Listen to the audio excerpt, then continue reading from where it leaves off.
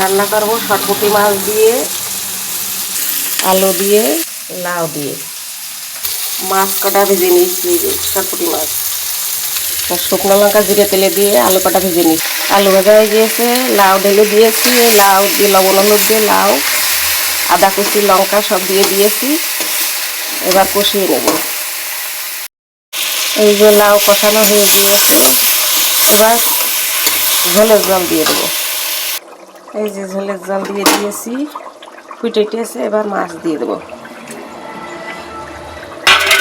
First মাছ দিয়ে একটু নেড়ে ঢেকে দেবো।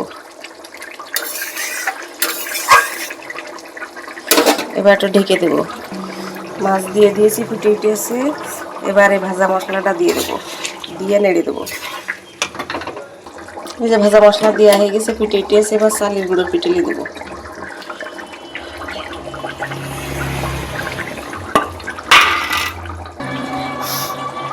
যে রান্না হয়ে গিয়েছে, এবার লাভিয়ে ফেলবো। হয়ে গেল লাউ দিয়ে আলু দিয়ে পুঁটি মাছ দিয়ে তরকারি।